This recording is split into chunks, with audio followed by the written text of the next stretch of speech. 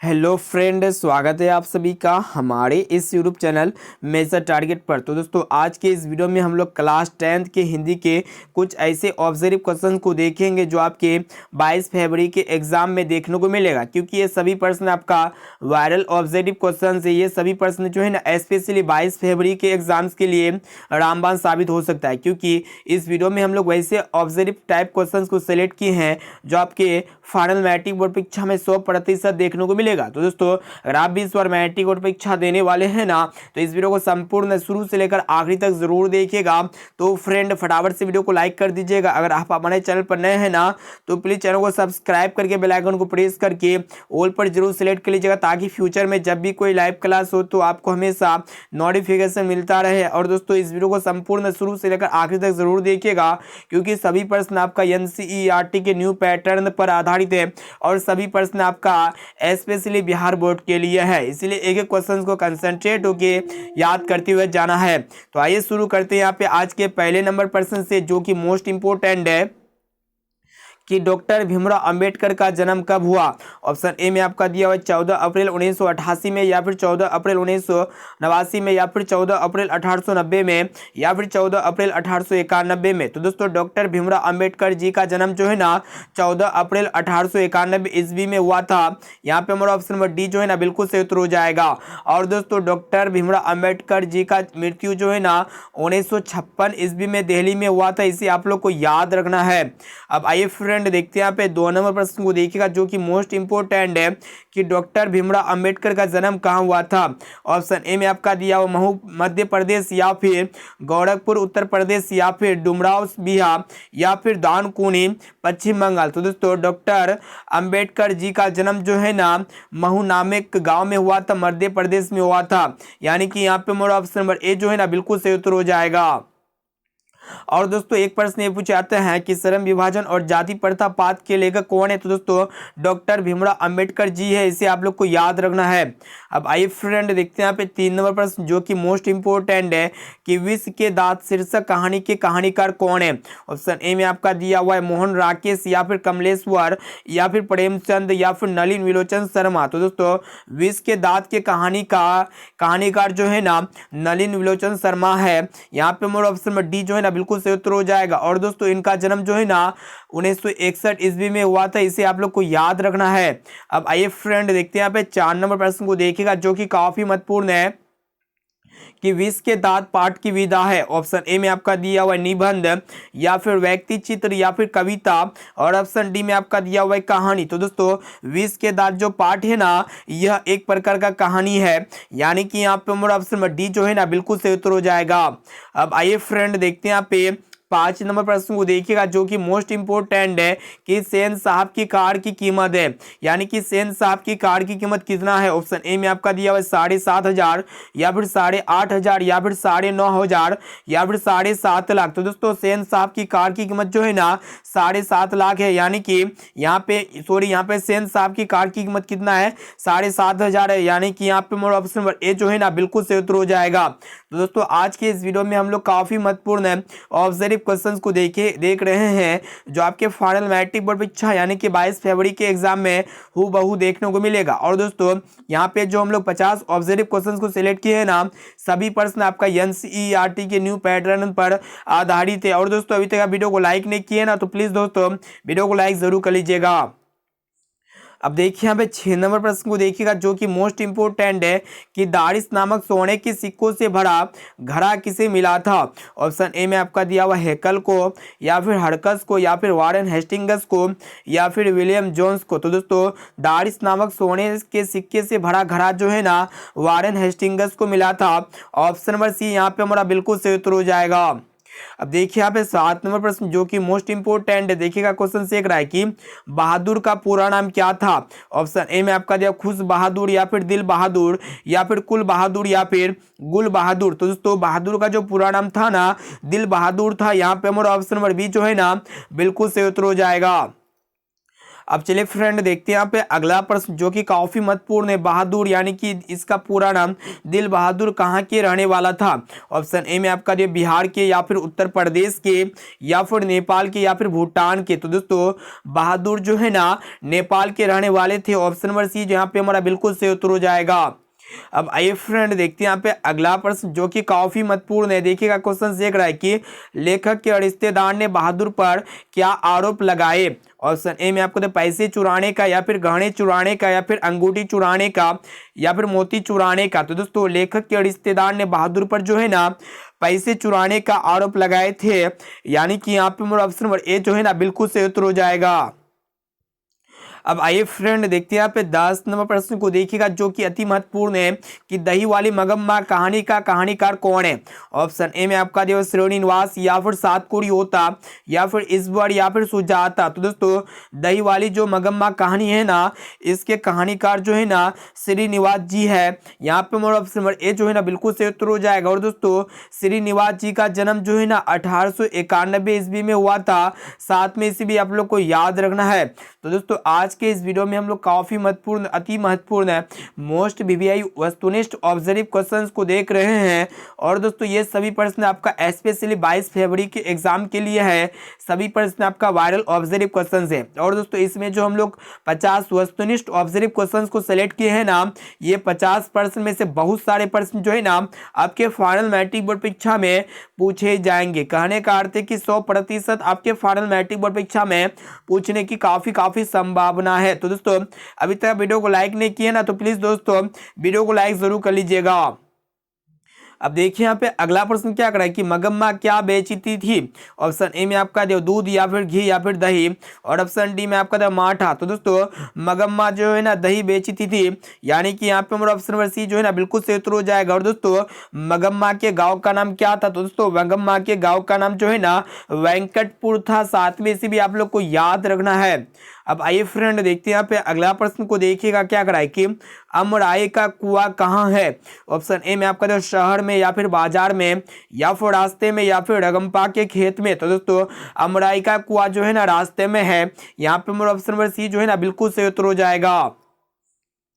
अब देखिए यहाँ पे 13 नंबर प्रश्न को देखिएगा जो कि काफी महत्वपूर्ण है कि मगम्मा को किससे विवाद था? ऑप्शन ए में आपको तो बेटे से, या फिर बहू से, या फिर पोते से, या फिर सास से। तो दोस्तों मगम्मा को जो है ना अपने बहू से विवाद था, यानी कि यहाँ पे मेरा ऑप्शन नंबर बी जो है ना बिल्कुल सही उत्तर हो जाएगा। अब देखिए यहाँ पे अगला प्रश्न जो कि काफी महत्वपूर्ण है कि नजम्मा मगम्मा की कौन थी? ऑप्शन ए में आपको दे बेटी, या फिर मौसी, या फिर बहू, या फिर सौतीन। तो दोस्तों नजम्मा मगम्मा की जो है ना बहू थी। ऑप्शन नंबर सी यहाँ पे हमारा बिल्कुल सही उत्तर हो जाएगा। अब देखिए यहाँ पे 15 नंबर प्रश्न जो कि काफी महत्वपूर्ण है कि ढहते विश्वास कहानी का कहानीकार कौन है? ऑप्शन ए में आपका दिया हुआ श्रीनिवास, या फिर सोवरदैया, या फिर सातकोड़ी होता, या फिर सुजाता। तो दोस्तों ढहते विश्वास जो कहानी है ना इसके कहानीकार जो है ना कौन है? सातकोड़ी होता है। ऑप्शन नंबर सी जो है ना बिल्कुल सही उत्तर हो जाएगा। तो दोस्तों अभी तक वीडियो को लाइक नहीं किए ना तो प्लीज दोस्तों वीडियो को लाइक जरूर करिएगा। सभी प्रश्न जो है ना हम लोग वायरल प्रश्न को देख रहे हैं। अब देखिए यहाँ पे 16 नंबर प्रश्न क्या कराए कि लक्ष्मी के बड़े लड़के का क्या नाम था? ऑप्शन ए में आपका शंकरा, या फिर मकड़ा, या फिर अच्युत, या फिर गुणनिधि। तो दोस्तों लक्ष्मी के बड़े लड़के का नाम जो है ना क्या था? अच्युत था, यानी कि यहाँ पे मेरा ऑप्शन नंबर सी जो है ना बिल्कुल सही उत्तर हो जाएगा। अब आइए फ्रेंड देखते हैं यहाँ पे 17 नंबर प्रश्न को देखिएगा क्या कराए कि ईश्वर पेटलीकर किस भाषा के कथाकार यानी कि लेखक है? ऑप्शन ए में आपका दिया हुआ है मलयालम, या फिर मराठी, या फिर गुजराती, या फिर भोजपुरी। तो दोस्तों ईश्वर पेटलीकर जो है ना ये गुजराती भाषा के लेखक है, यानी कि यहाँ पे हमारा ऑप्शन नंबर सी जो है ना बिल्कुल सही उत्तर हो जाएगा।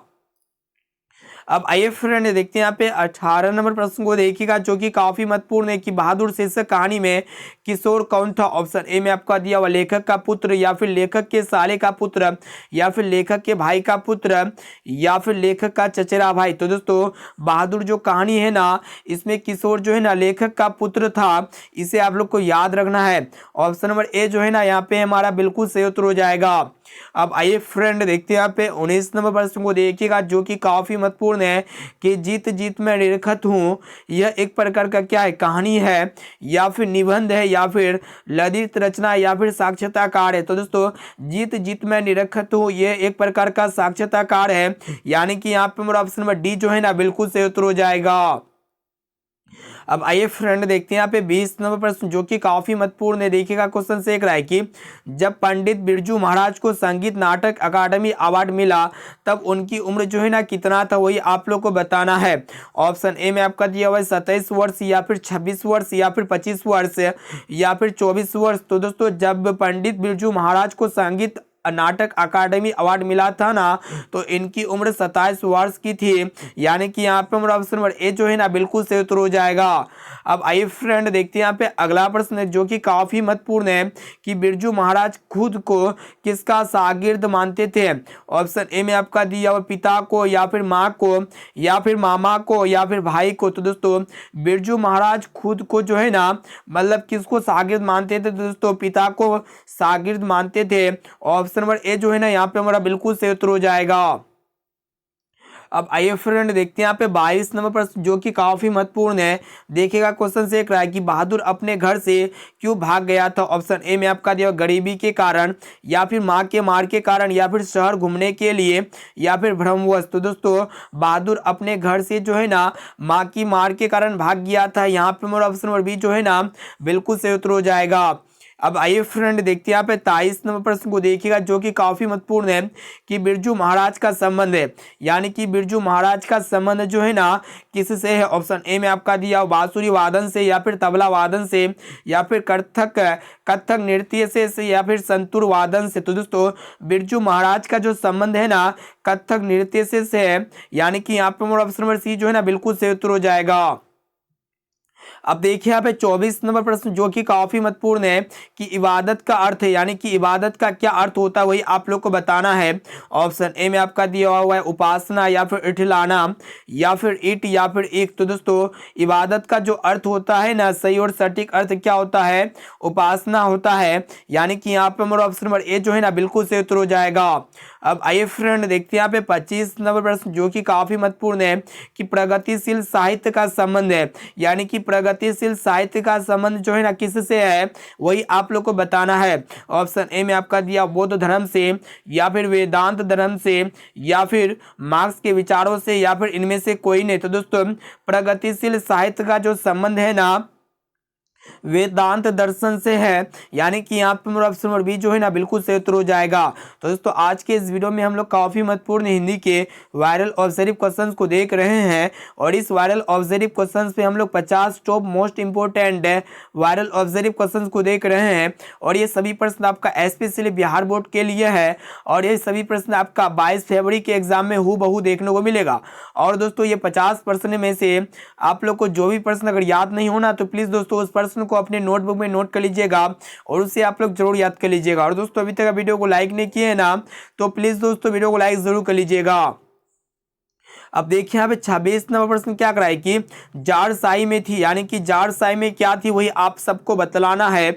ऑप्शन ए में आपका दिया सोवियत रूस या फिर फ्रांस या फिर नेपाल या फिर चीन। तो दोस्तों आप लोग को बता देते हैं जारशाही में जो है ना सोवियत रूस थी, यानी कि यहाँ पे हमारा ऑप्शन नंबर ए जो है ना बिल्कुल सही उत्तर हो जाएगा। अब देखिए यहाँ पे 27 नंबर प्रश्न को देखिएगा क्या कराए कि मछली कहानी में किस वर्ग का जीवन वर्णित है। ऑप्शन ए में आपका दिया हुआ उच्च वर्ग का या फिर मध्यम वर्ग का या फिर निम्न मध्यम वर्ग का या फिर निम्न वर्ग का। तो दोस्तों मछली जो कहानी है ना इसमें निम्न मध्यम वर्ग का जीवन वर्णित है, यानी कि यहाँ पे हमारा ऑप्शन नंबर सी जो है ना बिल्कुल सही उत्तर हो जाएगा।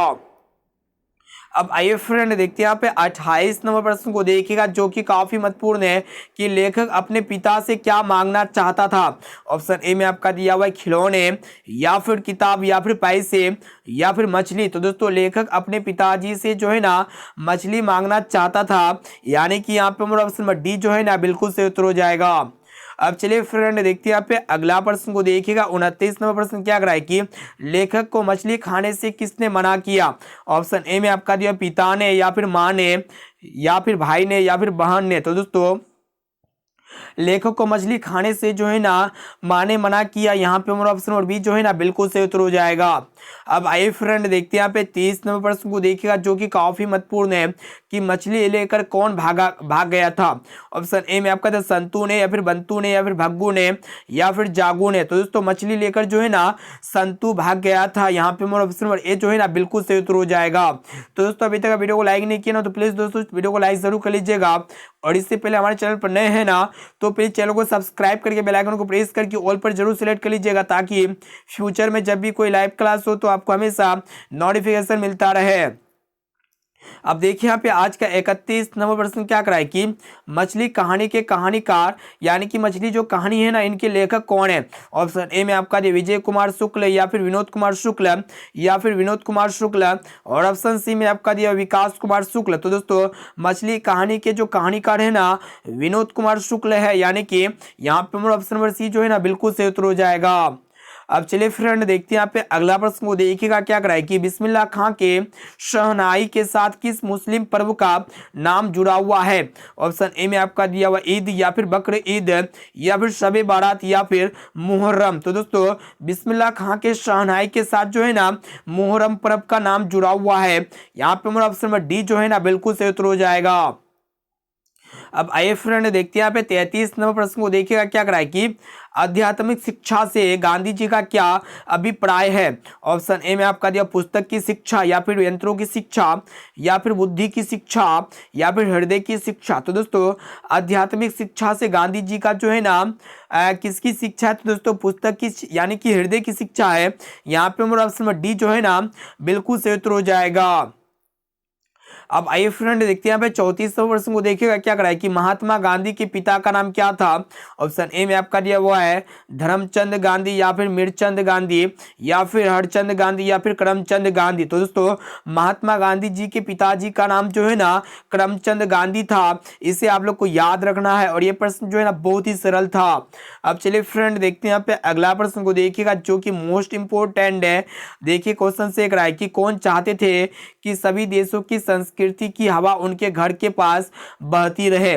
ऑप्शन ए में आपका दिया राजेंद्र प्रसाद, या फिर नेहरू, या फिर महात्मा गांधी, या फिर सरदार पटेल। तो दोस्तों आप सबको बता देते हैं महात्मा गांधी जी चाहते थे कि सभी देशों की संस्कृति की हवा उनके घर के पास बहती रहे, यानी कि यहाँ पे हमारा ऑप्शन नंबर सी जो है ना बिल्कुल सही उत्तर हो जाएगा। और दोस्तों महात्मा गांधी जी का जन्म जो है ना गुजरात में हुआ था। साथ में इसे भी आप लोग को याद रखना है। दोस्तों अभी तक वीडियो को लाइक नहीं किए ना तो प्लीज दोस्तों वीडियो को लाइक जरूर कर लीजिएगा, और दोस्तों चैनल पर नए हैं ना तो प्लीज चैनल को सब्सक्राइब करके बेल आइकन को प्रेस करके ऑल पर जरूर सिलेक्ट कर लीजिएगा। अब देखिए अब 36 नंबर प्रश्न क्या कराए कि मेरा धर्म कैद खाने का धर्म नहीं है। यह पंक्ति किस शीर्षक पाठ की है। ऑप्शन ए में आपका दिया नवाद खाने में इबादत, या फिर आविनियो, या फिर शिक्षा और संस्कृति, या फिर जीत जीत में निरखत। तो दोस्तों मेरा धर्म कैद खाने का धर्म नहीं है। यह पंक्ति जो है ना यह पंक्ति शिक्षा एवं संस्कृति का है। ऑप्शन नंबर सी जो है ना बिल्कुल सही उत्तर हो जाएगा। और दोस्तों शिक्षा एवं संस्कृति के लेखक जो है ना महात्मा गांधी जी है। साथ में भी आप लोग को याद रखना है, बहुत ही महत्वपूर्ण प्रश्न है, और बहुत बार आपके फाइनल मैट्रिक बोर्ड परीक्षा में गत वर्ष में पूछा जा चुका है। अब देखिए यहाँ पे अगला प्रश्न क्या करा है कि किसके जन्म यानी कि किनके जन्म दिवस को अहिंसा दिवस के रूप में मनाया जाता है। ऑप्शन ए में आपका दिया महात्मा गांधी, या फिर डॉक्टर राजेंद्र प्रसाद, या फिर जवाहरलाल नेहरू, या फिर बाल गंगाधर तिलक। तो दोस्तों आप सबको बता देते हैं महात्मा गांधी जी के जन्म दिवस को जो है ना अहिंसा दिवस के रूप में मनाया जाता है। यहाँ पे मेरा ऑप्शन नंबर ए जो है ना बिल्कुल सही उत्तर हो जाएगा। अब चलिए फ्रेंड देखते हैं यहाँ पे 38 नंबर प्रश्न को देखिएगा क्या करा है कि शेक्सपियर किस भाषा के कवि है। ऑप्शन ए में आपका दे ग्रीक, या फिर अंग्रेजी, या फिर फ्रेंच, या फिर संस्कृत। तो दोस्तों जो शेक्सपियर है ना ये अंग्रेजी भाषा के कवि है, यानी कि यहाँ पे हमारा ऑप्शन नंबर बी जो है ना बिल्कुल सही उत्तर हो जाएगा। अब आइए फ्रेंड देखते हैं यहाँ पे 39 नंबर प्रश्न को देखिएगा क्या करा है कि किसके बिना प्राणी को मुक्ति नहीं मिलता है। ऑप्शन ए में आपका जो कर्म कांड के बिना, या फिर मूर्ति पूजन के बिना, या फिर चारों धाम की यात्रा के बिना, या फिर गुरु ज्ञान के बिना। तो दोस्तों गुरु ज्ञान के बिना जो है ना प्राणी को मुक्ति नहीं मिलती है, यानी कि यहाँ पे हमारा ऑप्शन नंबर डी जो है ना बिल्कुल सही उत्तर हो जाएगा। अब देखिए यहाँ पे 40 नंबर प्रश्न को देखिएगा क्या करा है कि गुरु नानक किस भक्ति धारा के कवि है। ऑप्शन ए में आपका दिया सगुण भक्ति धारा के, या फिर निर्गुण भक्ति धारा के, या फिर राम भक्ति धारा के, या फिर कृष्ण भक्ति धारा के। तो दोस्तों जो गुरु नानक है ना, ये निर्गुण भक्ति धारा के कवि है। ऑप्शन नंबर बी जो है ना बिल्कुल सही उत्तर हो जाएगा। दोस्तों आज के इस वीडियो में हम लोग काफी महत्वपूर्ण है हिंदी के 22 फरवरी के एग्जाम्स के लिए वायरल ऑब्जर्व क्वेश्चंस को देख रहे हैं, जो आपके फाइनल मैट्रिक बोर्ड परीक्षा में हूबहू देखने को मिलेगा। और दोस्तों ये 50% में से अगर आपको जो भी प्रश्न अगर याद ना होना तो प्लीज़ दोस्तों उस प्रश्न को अपने नोटबुक में नोट करके उसे आप लोग जरूर याद कर लीजिएगा। और दोस्तों इस वीडियो को संपूर्ण शुरू से लेकर आखिरी तक देखने के बाद आप लोग को लास्ट में कमेंट करके बताना है कि 50% में से पहले से आप लोग को कितना प्रश्न का सही और सटीक आंसर याद था। तो दोस्तों वीडियो को लाइक जरूर कर लीजिएगा। अब चलिए फ्रेंड देखते हैं यहाँ पे 41वें प्रश्न को देखिएगा क्या करा है कि राम नाम यहाँ पे क्वेश्चन से करा है कि राम नाम बीनु बिरथे जगी जन्मा, यह पंक्ति की है, यानी कि किसकी, वही आप सबको बतलाना है। ऑप्शन ए में आपका दिया गुरु नानक की, या फिर रस खान की, या फिर घनानंद की, या फिर प्रेम घन की। तो दोस्तों राम नाम बीनु बिरथे जगी जन्मा, यह पंक्ति जो है ना गुरु नानक जी की है। यहाँ पे हमारा ऑप्शन नंबर ए जो है ना बिल्कुल सही उत्तर हो जाएगा। और दोस्तों ये गुरु नानक जी का जन्म जो है ना लाहौर में हुआ था। 7 में से भी आप लोग को याद रखना है। अब चलिए फ्रेंड देखते हैं यहाँ पे 42 नंबर प्रश्न को देखिएगा क्या करा है कि वाणी कब विष के समान हो जाती है। ऑप्शन ए में आपका दिया हुआ राम नाम के बिना, या फिर तीर्थ यात्रा के बिना, या फिर ज्ञान के बिना, या फिर इनमें से कोई नहीं। तो दोस्तों वाणी जो है ना राम नाम के बिना जो है ना विष के समान हो जाती है, यानी कि यहाँ पे हमारा ऑप्शन नंबर ये जो है ना बिल्कुल सही उत्तर हो जाएगा। अब आइए फ्रेंड देखते हैं यहाँ पे 43 नंबर प्रश्न जो कि काफी महत्वपूर्ण है कि घनानंद की भाषा क्या है, मोस्ट इंपोर्टेंट है और गत वर्ष में काफी बार ज्यादा बार पूछा जा चुका है। ऑप्शन ए में आपका दिया अवधी, या फिर ब्रज भाषा, या फिर प्राकृत, या फिर पाली। तो दोस्तों ये घनानंद जो है ना ब्रज भाषा है, यानी कि यहाँ पे हमारा ऑप्शन नंबर बी जो है ना बिल्कुल सही उत्तर हो जाएगा। अब चलिए फ्रेंड देखते हैं यहाँ पे आज का 44 नंबर प्रश्न जो कि काफी महत्वपूर्ण है कि निर्दोष अपराधी किसे कहा गया है। ऑप्शन ए में आपका दिया हुआ नाखून को, या फिर चोर को, या फिर डाकू को, या फिर बदमाश को। तो दोस्तों ये प्रश्न जो है ना बहुत इंपॉर्टेंट है और सभी प्रश्न जो है ना 22 फरवरी के लिए वायरल ऑब्जर्व क्वेश्चन को देख रहे हैं। और दोस्तों ये 50% में से अगर आपको जो भी प्रश्न अगर याद ना होना तो प्लीज दोस्तों उस प्रश्न को अपने नोटबुक में नोट करके उसे आप लोग जरूर याद कर लीजिएगा। तो निर्दोष अपराधी जो है ना नाखून को माना गया है। यहाँ पे मेरा ऑप्शन नंबर ए जो है ना बिल्कुल सही उत्तर हो जाएगा। अब चलिए फ्रेंड देखते हैं यहाँ पे आज का 45 नंबर प्रश्न को देखिएगा क्या कराए कि किस देश के लोग बड़े बड़े नख पसंद करते थे। ऑप्शन ए में आपका गौड़ देश के, या फिर कैकिया देश के, या फिर वाहिक देश के, या फिर गंधार के। तो दोस्तों आप सबको बता देते हैं गौड़ देश के लोग जो है ना बड़े बड़े नख पसंद करते थे। यहाँ पे हमारा ऑप्शन नंबर ए जो है ना बिल्कुल सही उत्तर हो जाएगा। अब चलिए फ्रेंड देखते हैं यहाँ पे अगला प्रश्न को देखिएगा जो कि काफी महत्वपूर्ण है कि दूसरे के इशारों पर भटकने वाले लोगों को क्या कहते हैं। ऑप्शन ए में आपका दिया भले लोग, या फिर मूढ़ लोग, या फिर ज्ञानी लोग, या फिर इनमें से कोई नहीं। तो दोस्तों दूसरे की इशारों पर भटकने वाले लोगों को जो है ना मूढ़ लोग कहते हैं। यहाँ पे हमारा ऑप्शन नंबर बी जो है ना बिल्कुल सही उत्तर हो जाएगा। अब आइए फ्रेंड देखते हैं यहाँ पे 47 नंबर प्रश्न को देखिएगा जो कि काफी महत्वपूर्ण है कि बहादुर कहाँ का रहने वाला था। ऑप्शन ए में आपका दे बिहार के, या फिर उत्तर प्रदेश के, या फिर नेपाल के, या फिर भूटान के। तो दोस्तों ये बहादुर जो है ना नेपाल के रहने वाले थे। ऑप्शन नंबर सी यहाँ पे हमारा बिल्कुल सही उत्तर हो जाएगा। अब आइए फ्रेंड देखते हैं यहाँ पे 48 नंबर प्रश्न को देखिएगा क्या करा कि बहादुर का बाप कहाँ मारा गया था। बहुत ही महत्वपूर्ण है। ऑप्शन ए में आपका दिया गांव में, या फिर युद्ध में, या फिर डकैती में, या फिर चोरी में। तो दोस्तों बहादुर जो है ना युद्ध में मारा गया था। यहाँ पे हमारा ऑप्शन नंबर बी जो है ना बिल्कुल सही उत्तर हो जाएगा। अब चलिए फ्रेंड देखते हैं यहाँ पे अगला प्रश्न जो कि काफी महत्वपूर्ण है कि गांव में जुआड़ी किस्म का व्यक्ति कौन था। ऑप्शन ए में आपका दिया मगम्मा, या फिर रगम्पा, या फिर लक्ष्मी, या फिर इनमें से कोई नहीं। तो दोस्तों गाँव में जो जुआड़ी किस्म का व्यक्ति था ना रगम्पा था। यहाँ पे हमारा ऑप्शन नंबर बी जो है ना बिल्कुल सही उत्तर हो जाएगा। अब चलिए फ्रेंड देखते हैं यहाँ पे आज के लास्ट और अंतिम प्रश्न जो है स्पेशली आपके लिए लिया गया। देखो क्वेश्चन से कराए कि सभी प्रश्न आपका जो है ना बहुत इंपॉर्टेंट है। पूर्वज लक्ष्मी के लिए कितना जमीन छोड़ गए। ऑप्शन ए में आपका 1 बीघा, या फिर 2 बीघा, या फिर 3 बीघा, या फिर 4 बीघा। तो दोस्तों पूर्वज लक्ष्मी के लिए जो है ना 1 बीघा जमीन छोड़ गए थे। यहाँ पे हमारा ऑप्शन नंबर ए जो है ना बिल्कुल सही उत्तर हो जाएगा। दोस्तों आज के इस वीडियो में हम लोग क्लास 10th के हिंदी के काफ़ी महत्वपूर्ण 50 वस्तुनिष्ठ ऑब्जर्व क्वेश्चंस को देख चुके हैं और ये ऐसे ऑब्जर्व क्वेश्चंस है जो स्पेशली आपका 22 फरवरी के एग्जाम के लिए है। इसलिए दोस्तों ये 50% में से अगर आपको जो भी प्रश्न अगर याद ना होना तो प्लीज़ दोस्तों उस प्रश्न को अपने नोटबुक में नोट करके उसे आप लोग जरूर याद कर लीजिएगा। और दोस्तों आप लोग फटाफट से हमें कमेंट करके बताइए कि 50% में से पहले से आप लोग को कितना प्रश्न का सही और सटीक आंसर याद था। अब चलिए फ्रेंड देखते हैं यहाँ पे आज का SW क्वेश्चन जो स्पेशली आपके लिए लिया गया है कि बहादुर पर कितने रुपए की चोरी का इल्जाम लगा था। ऑप्शन ए में आपका 10 रुपये या फिर 15 रुपये या फिर 11 रुपये या फिर 20 रुपये। तो दोस्तों इसका राइट आंसर क्या होगा इसी वीडियो में फटाफट से हमें कमेंट करके बताइए। साथ में भी बताना है कि 50% में से पहले से आप लोगों को कितना प्रश्न का सही और सटीक आंसर याद था। अब आइए फ्रेंड देखते हैं यहाँ पे चैनल को सब्सक्राइब नहीं किया ना तो प्लीज चैनल को सब्सक्राइब करके बेल आइकन को प्रेस करके ऑल पर जरूर सेलेक्ट कर लीजिएगा। और दोस्तों इस वीडियो को अपने दोस्तों में ज़्यादा से ज़्यादा शेयर करें ताकि वो भी जो है ना 22 फरवरी के एग्जाम में अच्छे से अच्छे मार्क्स ला सके। और दोस्तों अभी तक वीडियो को लाइक नहीं किया ना तो प्लीज़ दोस्तों वीडियो को लाइक जरूर कर लीजिएगा। दोस्तों फिर मिलते हैं जल्द ही अगले वीडियो पे।